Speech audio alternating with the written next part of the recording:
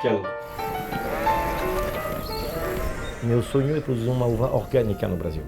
A partir do momento que vi que não podia dar certo de forçar um pequeno produtor a produzir orgânico, vou mostrar para você que é possível.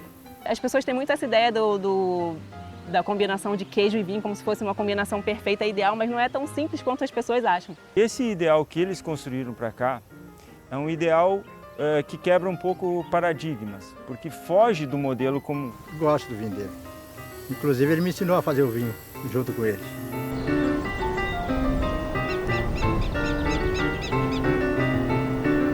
Estudei 2 anos a viticultura e enologia na França, porque minha formação é análise financeira. Queria fazer vinho na Índia. Depois da Índia fui na Burma, Tailândia, para pegar a iniciativa e ideia sobre a vinificação e a plantação de mudas na Índia. E falei com um professor na França que falou: Gaspar, tem um pesquisador lá na Embrapa, em Juazeiro, Nordeste, que está trabalhando em cima desse assunto. Então fui lá no Brasil. Quando queria voltar na Índia, a Índia não me deixou visto para estudar lá. Então liguei ao professor que me ajudou no Brasil, em Petrolina. Falei: Gaspar, vai na Embrapa de Bento Gonçalves. Então quando cheguei no Brasil, na Embrapa, peguei o gado do clima tempo de 1960 até 2000, para ver qual é a melhor região do Brasil para produzir um vinho. Então a melhor região para produzir uma uva tinta é a faixa da fronteira, Campanha Gaúcha. E por isso que cheguei aqui. Trabalhando dentro de algumas vinícolas, que fui a Guatambu, no Peruso. Tá. Vendia meu vinho no Rio. Encontrei uma sommelier do Rio, uma carioca, Graciela, que fui interessada por projeto, e achei interessado um pouquinho por mim também, fui interessado por ela. Era um restaurante de comida brasileira, então eu estava fazendo uma carta de vinhos brasileiros e trabalhava com alguns vinhos do Gaspar no restaurante. Foi aí que a gente se conheceu e que eu conheci a ideia do projeto. Naquela época, o ideal era ter um restaurante como uma horta, né? Aquele conceito farm to table, enfim, plantar, colher e processar e servir. A ideia era mais ou menos essa, só que aí no meio do caminho, bom, houve um encontro e houve um ajuste, porque aí eu acabei produzindo o queijo, né? É porque tu vê que as folhas velhas estão morrendo. O nome do vinho se chama vinhética, vinho ético. Porque na França, quando eu cheguei no Brasil, todo mundo estava atrás de um vinho ético, sustentável, bom para a saúde. Então cheguei no Brasil com essa ideia de produzir um vinho sustentável, significa ser humano ético, meio ambiente responsável e economicamente viável. Sim, para chupar muito a energia da raiz. Não, pelo contrário. Ela tem que emitir raiz. Vinhética tem 2 linhas de produção. Tem a vinhética, que são um vinho mais convencional, que intenta de valorizar os 3 terroirs que eu encontrei no Brasil, que são mais certos. Campo de Cima da Serra, que é 1000 metros de altitude na fronteira com Santa Catarina. Serra Gaúcha por espumante e a Campanha Gaúcha por tinto e o rosé.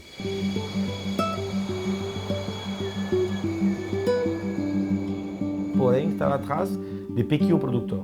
Desde 2014 até 2017, vinifiquei um montão de uva de todo mundo na campanha. Comprei uva de Quaraí, de Lavras, de Bagé, de muita região de Dom Pedrito, e vi algumas uvas que davam certo e outras não. E a Vigia, hoje, é um lugar de experimentação, de pesquisa sobre a produção orgânica e sustentável dentro de uma chácara pequena, para provar que um pequeno produtor que tem 5 ou 7 hectares de vinhedo pode viver de seu trabalho.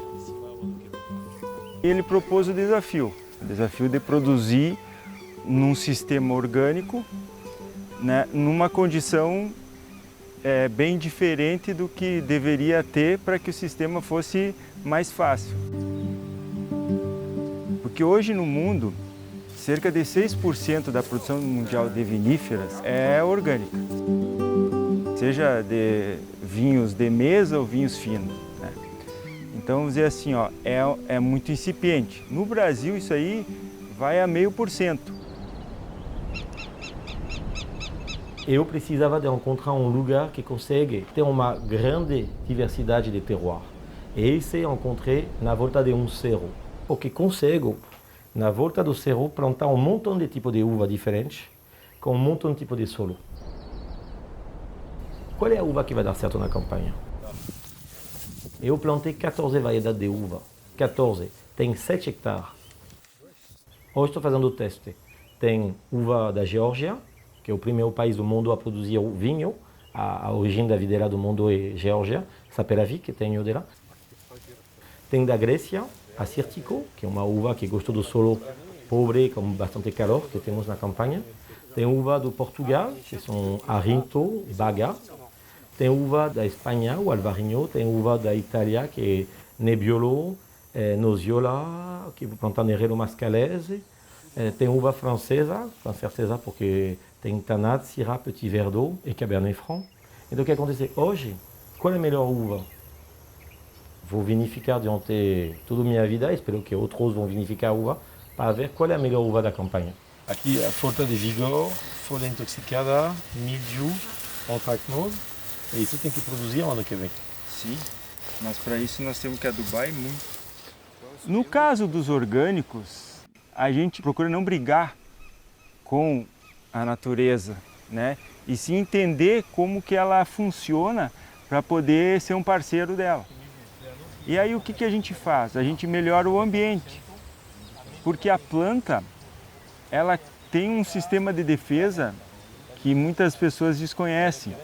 E esse sistema de defesa não é unicamente dela, é um composto de interação entre outros elementos que existem naquele ambiente. Então, quando ela está sendo atacada por qualquer outra espécie, ela vai emitir um sinal, ou seja, vai emitir um cheiro, vai emitir um composto, pedindo socorro para outras espécies que venham socorrer ela. A função do Carlos, o agrônomo, é tentar de padronizar um tipo de tratamento orgânico para provar que aqui é possível de produzir orgânico, valorizar mais as uvas e produzir um vinho orgânico no Brasil. Um pequeno produtor consegue produzir em cima de 3 ou 4 hectares, porque mais que 4 hectares é muito difícil de trabalhar de maneira orgânica, porque envolve muito tempo. Porém, a valorização da uva é superior. A gente tem uma certificadora que nos acompanha e existem uma série de normas, e dentro dessas normas tu tem que desenvolver todo um know-how, usar a criatividade, usar vários saberes, porque aí foge um pouco da questão só da agronomia. Tu tem que enxergar o todo, né? Tu se socorre da biologia, da botânica, da física, de outros conceitos, além dos conceitos agronômicos, é claro, os conceitos da planta, mas para tu poder compor alguma estratégia para tentar compensar essa diversidade, né, climática, edafoclimática, enfim. Orgânico, por quê? Não é para o mercado. Orgânica é melhor para o ser humano, porque tem menos agrotóxico, é melhor para o vinho, porque não tem tanto resíduo no vinho. Muda totalmente. É melhor para o meio ambiente, porque tem menos derivas. Então, meu desejo era produzir uma uva orgânica e fazer um vinho ético, orgânico e sustentável no Brasil. Então, esse é um fortificador da safra 2024, um Saperavi que tinha 15,5 de álcool e que não terminaria com levaduras indígenas a fermentação dele. Então, decidimos de fazer um vinho fortificado. A base de qualquer agricultura no mundo é preguiça e mão de vaca. A gastronomia francesa é famosa por quê? Porque na França, quando tinha guerra, o francês tinha que comer as coisas que tinha na volta da casa. Ninguém come rã, naturalmente. Tu come rã porque tu tem fome para comer rã, certo? Ninguém come caracol de nada assim, porque tu come caracol porque tem lá na volta e tu, finalmente, virou o prato gourmet. A gastronomia francesa vem porque a pessoa, com todas as guerras, tinha muita gente que passava fome e procurava na volta do campo dele, da chácara, coisas que cresciam bem. Quando eu cheguei na vigia, olhei qual é o interesse desse lugar, qual é essa coisa naturalmente que está boa. Vi que tinha uma pastagem espetacular, a melhor pastagem do Brasil é Bioma Pampa, porque a pastagem aqui tem mais de 1.500 tipos de espécies de plantas. Então eu vi como vamos valorizar esta pastagem. Ovelha. Livramento era o maior rebanho de ovelha do Brasil. Então, ovelha pastando, como vou aproveitar? Vendendo carne, tu vende uma vez. Vendendo leite, tem que encontrar comprador. Vou produzir queijo. Porque produzindo leite à base da melhor pastagem, vai dar um leite de qualidade. Esse leite de qualidade vai ser encontrado no queijo. E fizemos queijo e depois estamos fazendo queijo de leite cru para valorizar a diferente temporada da campanha. No inverno, o tipo de pastagem diferente do verão. Então os queijos do inverno são diferentes do queijo de verão. Ele convidou uma queijeira do País Basco para começar a fazer alguns testes. Aqui, em Santana do Livramento, tinha uma queijaria que já produzia queijo de leite de ovelha. É uma queijaria que pertencia a uma família grega. Então a queijeira basca ia fazer alguns testes com a queijeira grega que vive em Livramento. E na época que eu estava aqui, ele falou, você não quer dar uma mão, ajudar ali numa tradução e tal, intermediar? Eu falei, beleza, legal, né? Vou ajudar e vou aprender a fazer queijo, bacana. Dessa mistura toda, com alguns ajustes, saiu o nosso primeiro queijo. E aí eu fiquei e acabei abraçando o projeto e os queijos. A gente criou uma linha de queijos autorais. São receitas próprias que a gente foi testando e no acerto, no erro, e chegamos a uma receita final. Dentro do projeto Terroir da Vigia, nossa ideia é sempre homenagear e valorizar o terroir e a cultura locais. O esterco de ovelha é o melhor adubo para o vinhedo. Então o que eu fiz? Pegando as ovelhas, encerrando a ovelha de noite para ordenhar, ela passa a noite inteira deixando a dejeção dela no galpão. Essa dejeção aproveito, faz compostagem para devolver no vinhedo. Quando tu faz vinho, sobra bagaço. Quando tu faz queijo, sobra soro do leite. O que eu vou fazer disso? Base, mão de vaca. O que eu vou fazer? Vou criar porco. Os porcos que estou criando é uma raça brasileira que se chama porco mura, que ele come soro do leite, bagaço de uva, tudo o resíduo vai para os porcos, e os porcos, quando encerra ele antes do abate, usa o esterco dele para largar na pastagem, porque é um adubo muito forte, a pastagem vira melhor, a ovelha come a pastagem e faz um ciclo assim. Aquela ideia de fazer com que a unidade produtiva contivesse a possibilidade de agregar valor ao produto e fazer com que os descartes daquele local fosse reaproveitado, isso aí é um resgate que tem antes da Revolução Industrial, que era o modelo que existia. No caso deles aqui, conseguem usar uma área restrita, altamente produtiva, e o que seria lixo em determinado ponto da indústria lá, volta ou para os animais ou volta até para a própria agricultura como insumo que ele não precisa comprar. O custo para o produtor fica menor, a qualidade de vida fica melhor. Tudo onde o ser humano agrega inteligência, uva em vinho, azeitonas, azeite, leite, queijo, carne, embutidos, tu agrega um valor. E se tu vende soja, tu depende da Bolsa Mundial de Chicago. Tu vende vinho, não. Tu vende queijo, não. Aqui é o lugar da futura vinícola. A ideia da vinícola é aproveitar esse cerro, o Cerro da Vigia, para enterrar ela, para aproveitar a temperatura de 17 graus o ano todo.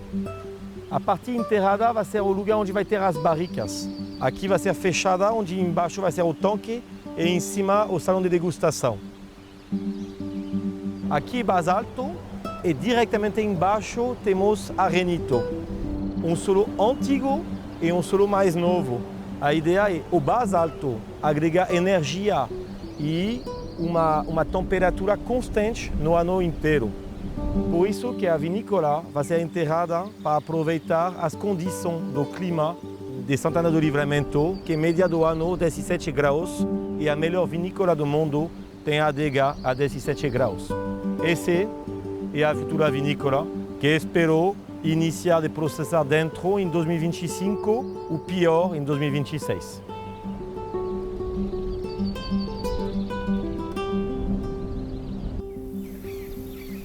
Eu plantei, tem 150 carvas do plantador na volta da Vigia, para provar que dentro de 200 anos o cavalo da vigia vão fazer um vinho brasileiro com cavalo brasileiro, feito, vai demorar 200 anos. E como não tem tempo para esperar 200 anos, eu usei a madeira que se usava no Brasil.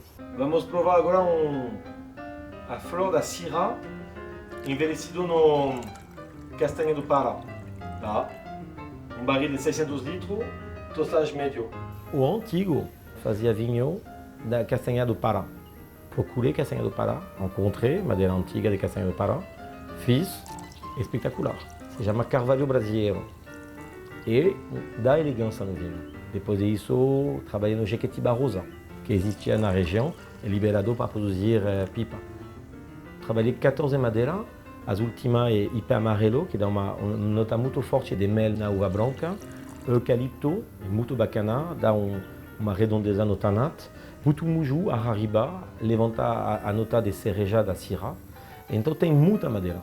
Na França temos 3 madeiras para brincar. No Brasil, ao mínimo, você tem 10, 15, 20.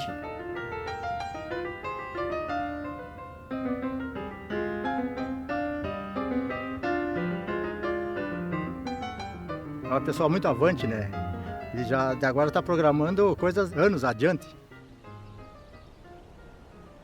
Eu chego de manhã e já tomo meu cafezinho ali.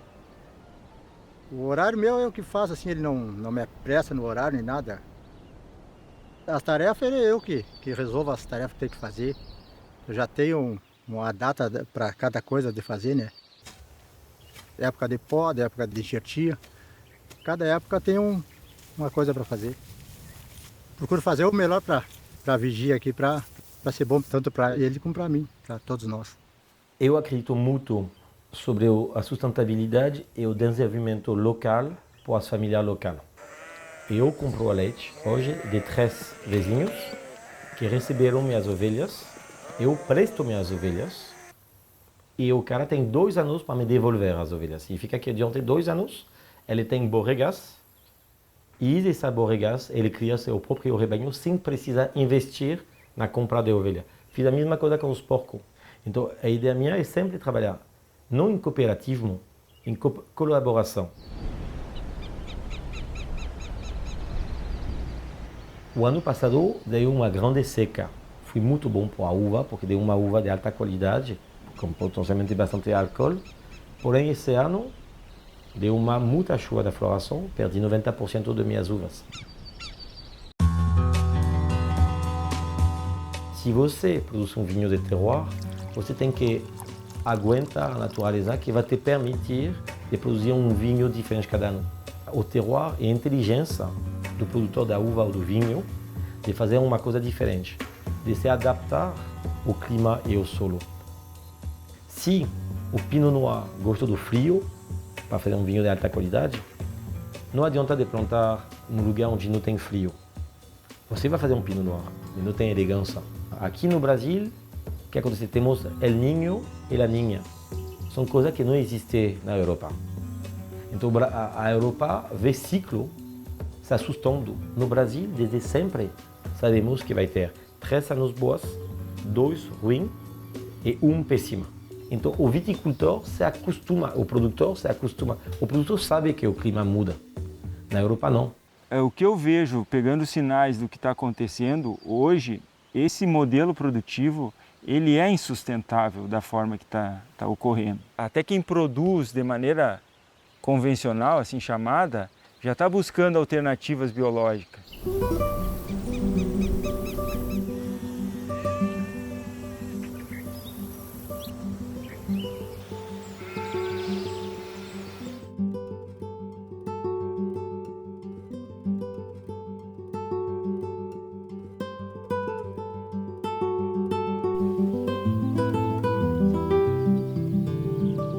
Meu sonho era morar dentro de uma casa de pedra, extraída do cerro. Olha a laica, filho. Porém, com todo o gasto que deu da cerca, da plantação de mudas, da criação do chiqueiro dos porcos, de abrir um poço, de produzir um laticínio, consegui morar ainda no container. O container é um provisório, 5 anos no máximo. Acho que minha vida inteira vai ser igual que uma sardinha na lata. Mas, pelo menos, vá para o gasto. Minha casa, minha vida. Ah, que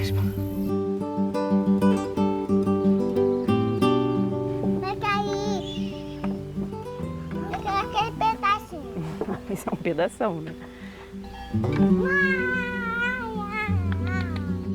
A gente criou esse queijo porque muita gente acha que queijo de leite de ovelha é sempre muito forte.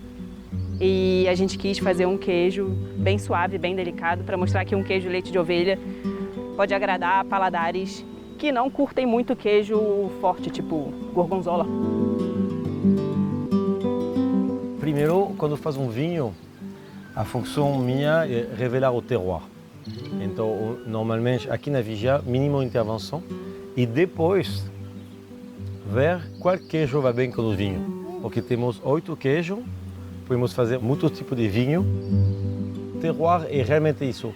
A capacidade do ser humano a se adaptar no clima e um tipo de solo. Nós aqui fazemos vinho totalmente diferente de um ano até outro.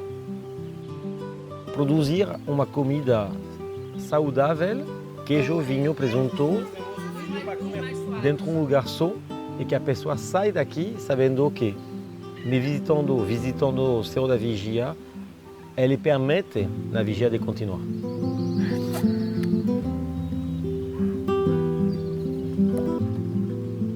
Ah, ça va. Fais pas de cette vite.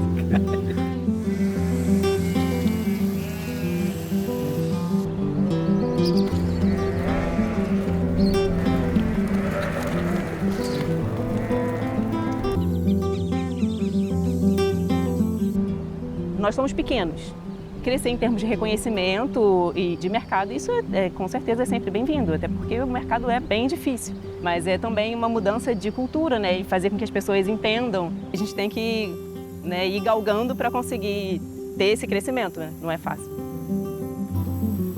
A agricultura orgânica, e aí o seu Gaspar é bem consciente disso, ela é onerosa no primeiro momento, porque ela tem desgaste tanto do técnico, né, que tenta fazer uma coisa e às vezes aquilo não responde, quanto do proprietário, Pouco vigor. não, aqui que aporta recurso e não vê o resultado no primeiro momento. Confiar no seu paladar é uma coisa que precisa de educação. E por isso que na vinhética fazemos vinho convencional, porém devagarzinho colocamos no monovarietal, como a Sauvignon Blanc, o Pinot Noir e o Cabernet Franc, madeira brasileira, com levaduras selecionadas, para se adaptar pouco a pouco para o paladar brasileiro. O brasileiro torce muito para o futebol e torce muito para o espumante dele. Eu gostaria que amanhã ele torce muito para o vinho dele, porque tem vinho de alta qualidade e com um terroir bem diferenciado.